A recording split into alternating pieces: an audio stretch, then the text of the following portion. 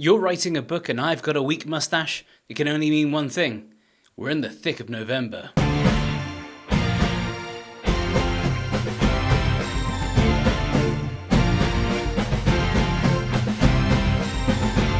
Hello everybody, welcome to Wednesday Writers Club, a part of the Reedsy Novel Sprint 2025 challenge, where we invite you to write 50,000 words in 30 days, while we, the larger Reedsy community, are here to support you throughout the entire month. Now, in breaking from tradition, and by tradition I mean what we've been doing for the last 2 weeks, this is pre-recorded in the past. However, when you see this, it should be Wednesday, November the 19th, which means that we're only 11 days from the end. There's a lot to get on with, so we're going to do a short video for you today, all about group scenes. We did a talk last week on dialogue, and one of the things that popped up quite often were people asking how best to go about writing group scenes, where you may have people gathered around a table or at a party, or introducing your characters one by one. Things can get really messy with all these names popping up and names that need to be reiterated to make sure that people don't mistake one person for another. But as a special treat for you, I'm digging into the Reedsy Learning Archive and pulling another lesson from Tom Bromley's course on how to write a novel. Now this is only going to be up here for the next few weeks because we have a course to sell after all. The links are in the description. But before we crack on with that, feel free to head on to the chat right now and let us know how you're getting on with the challenge. We're 19 days into it. Hopefully you've hit the 50% mark, but if you haven't, that's not a problem. We're still here cheering for you. So head into the chat or into the comments and let us know how it's going for you. I'm sure everyone else here would agree with me. You've got it. Okay, without further ado, please enjoy this lesson from Tom Bromley's How to Write a Novel course on group scenes. When you are writing a novel, some scenes are more difficult to write than others. From a technical point of view, one of the trickier types of scene to get your head around is writing one where a number of different characters are included. There are two central questions here. Firstly, how do you get all those characters in there in the first place? And secondly, how do you keep them there and involved? Remember your reader. They're trying to take in a lot of information, and if you're suddenly throwing half a dozen characters at them, that's a lot for them to process. One way to consider group scenes is to think of them in terms of a film or a play at the theatre. How do you, as the writer/director, marshal the actors on and off the stage? What is everybody doing? How do you ensure that the focus is on the right person and that they're not getting in each other's way? Making sure the characters there are involved and have enough screen time is a really difficult balancing act to get right. Remember, every time you introduce another character, there's another relationship to show on the page. The more characters, the more the number of relationships grow. So with 2 characters, that's just one one-to-one relationship. But with 3 characters, that's 3 relationships. With 4, that's 6. And with 5, if I've got my maths right, that's 10. So add in a couple of extra characters and suddenly there's a number of additional relationships you need to get across. Now, there are a couple of methods I think that are really useful here. The first of these is to think about how you introduce the characters into a scene. So rather than all your characters arriving in paragraph 1, find a way to stagger their entrance so you have time to ground each one and build up the number of people in the scene. Secondly, what is also useful is to think about the weighting of these characters. And by weighting, I mean the balance between how important and significant the characters are. Rather than every character being of the same weighting, make some more prominent than others. If a character isn't significant, then one trick is to avoid naming them to help knock them back. And if a character is feeling extraneous in the scene, find a way to get them out of there and keep the core number of characters small. We're going to look in detail at 2 extracts today to show you how different writers tackle this issue of large group scenes. The first of these is a novel called At the Table by Claire Powell. Now this section is the opening of the book, where we're introduced to Nicole, our protagonist, and her family. And in this scene, she's meeting her family at a restaurant. There's Nicole, There's her parents, Linda and Jerry. There's her brother Jamie and his girlfriend Lucy. So that's 5 characters we need to be introduced to in these opening pages. The author does this extremely well. We start in the opening paragraph where each of these characters is briefly introduced. The paragraph begins with this: "The table is reserved in Nicole's name." So we know immediately Nicole is the most important character.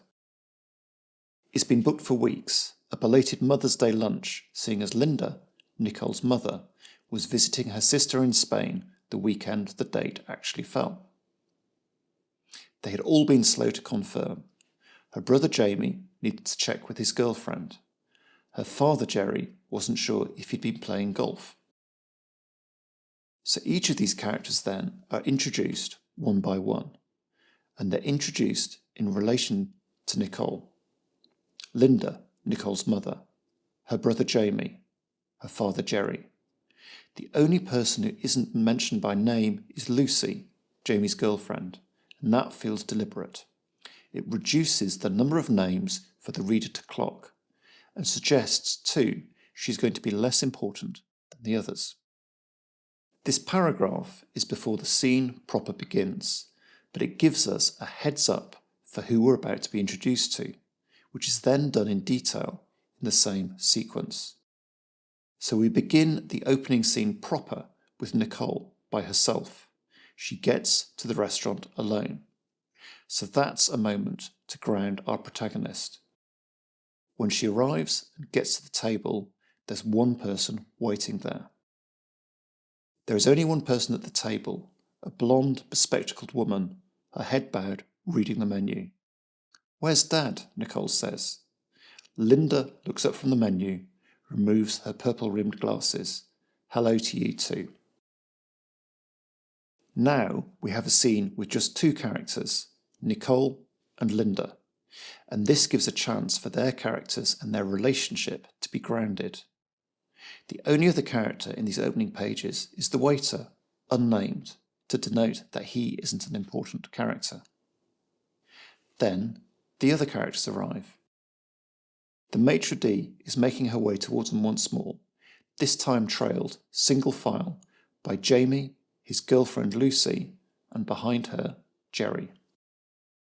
This time, note, Lucy is named. And note too, going back to our rule of 3, that is Nicole's father who comes third, denoting his significance. "What were you doing loitering outside, Dad?" she says. Here, it is Jerry who Nicole talks to.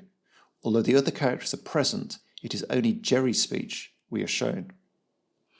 Then there's a little bit of detail of Nicole talking to Lucy. "Your hair looks nice like that. This is lovely. Where's it from?" But not very much. It's just enough to keep her presence there.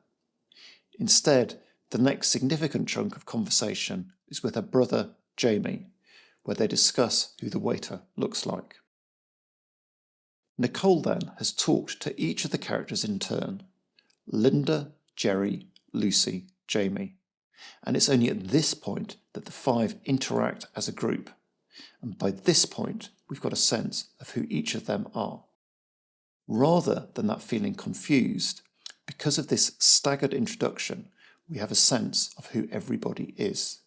The author has given each character that bit of space to establish themselves, and also to establish both Nicole as our protagonist and her individual relationship with each of them.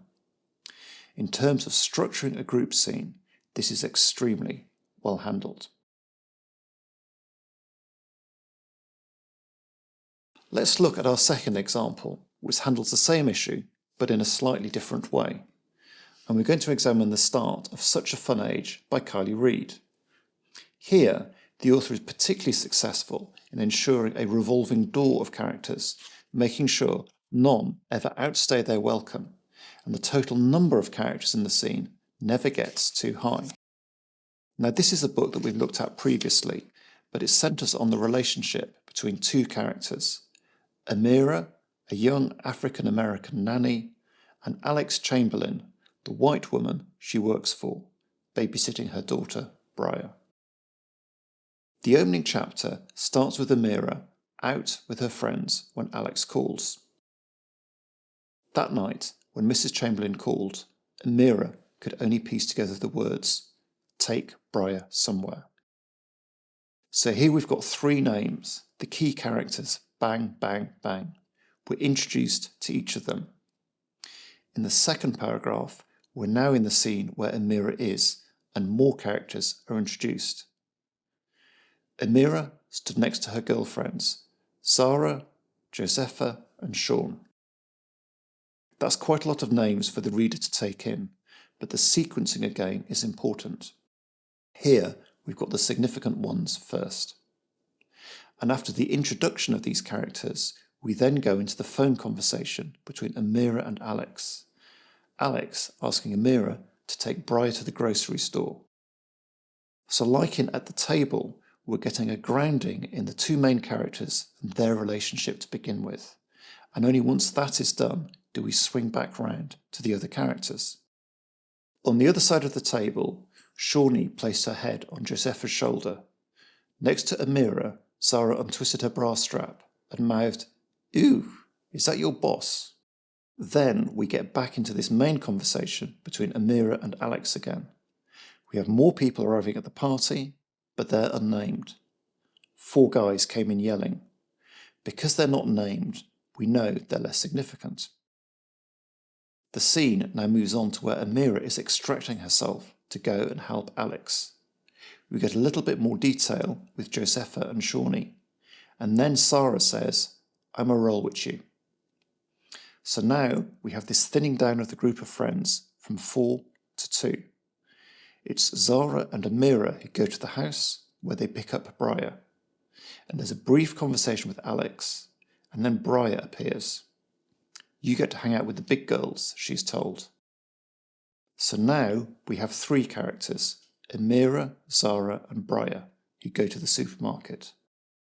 Zara decides that she's going to play some music, and the 3 can dance in the aisles.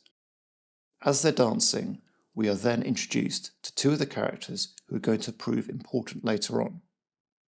They're not named, but they're given identifying features. T-shirts reading St. Paul's Pumpkin Fest and Penn State. The first shopper looks like she's enjoying the dancing. The second claps when the dancing is finished. At this point, Zara gets a call and decides to leave. So now we're down to just Amira and Briar. But at this point, they're stopped by the security guard in the store. Amira has been reported by the woman enjoying the dancing, who also reappears. And as the scene goes on, the man in the Penn State t-shirt intervenes on Amira's behalf.